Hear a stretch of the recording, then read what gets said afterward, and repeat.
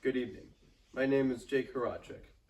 Today, I will be interviewing Dr. Fabian Plumsworth. Pleased. Dr. Fabian Plumsworth is my father's name. Call me Dr. Flavian Plumsworth.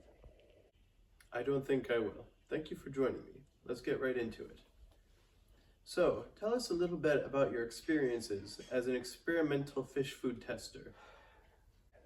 Oh. It's been a while since I did that. It was the summer of 1924, and a random man walked up the street and was like, "Hey, try this." And I did, and it was bad. And I told him it was bad. And he was like, "Oh, well, how could I make it better?" And so I wrote him a short list of 29 different things that he could do to make it better. And then he was like, "Okay, here, do you want to work for me?" And I was like, "No," but then he kidnapped me and brought me to the factory. So I did that for, 12, 13 months? Best time of my life, I'll tell you that.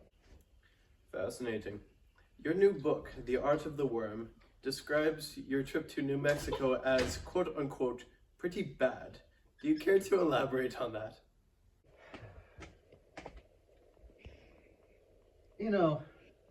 Mexico, or New Mexico, I forget.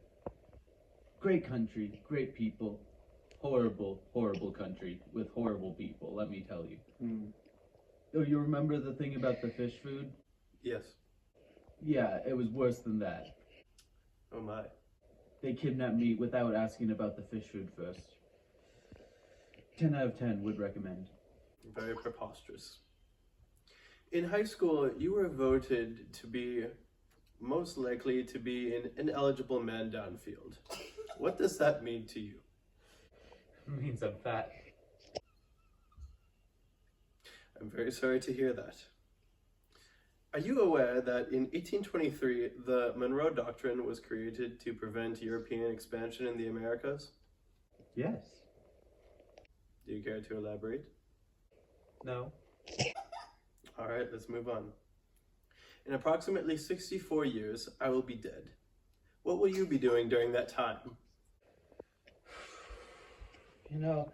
I've got a lot of things planned for my life. I want to see how many penguins can stack on top of each other without falling over once. Or see how many penguins I can stack on top of each other without falling over twice. And, well, that will take me at least 24 minutes. So, I don't know. I just don't know. It's hard to predict that unless you had a time predictor machine. Much to consider. Do you know why Jack and Jill had to go up a hill to fetch the pail of water? Was it a water tower or what? You see, that's really just a metaphor for life, okay? Jack and Jill represent us as normal human beings. The water represents happiness, and the hill represents strife. But we must persuade through the hill in order to get to the water underneath. I see, very insightful. Would you rather fight one dolphin-sized banana or 20 banana-sized dolphins? I don't think I can handle that much calcium. But we do need an answer.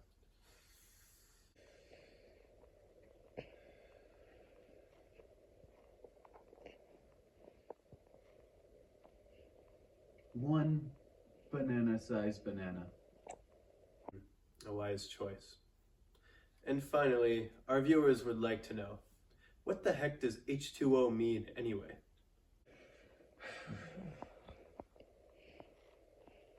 H2O stands for heck to on top of the world.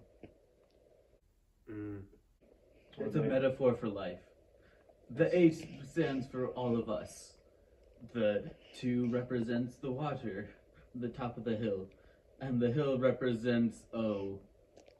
Well, there you have it. The mystery of H2O finally solved. Professor, thank you for joining me. It's been my pleasure. This is Jake Horacek signing off.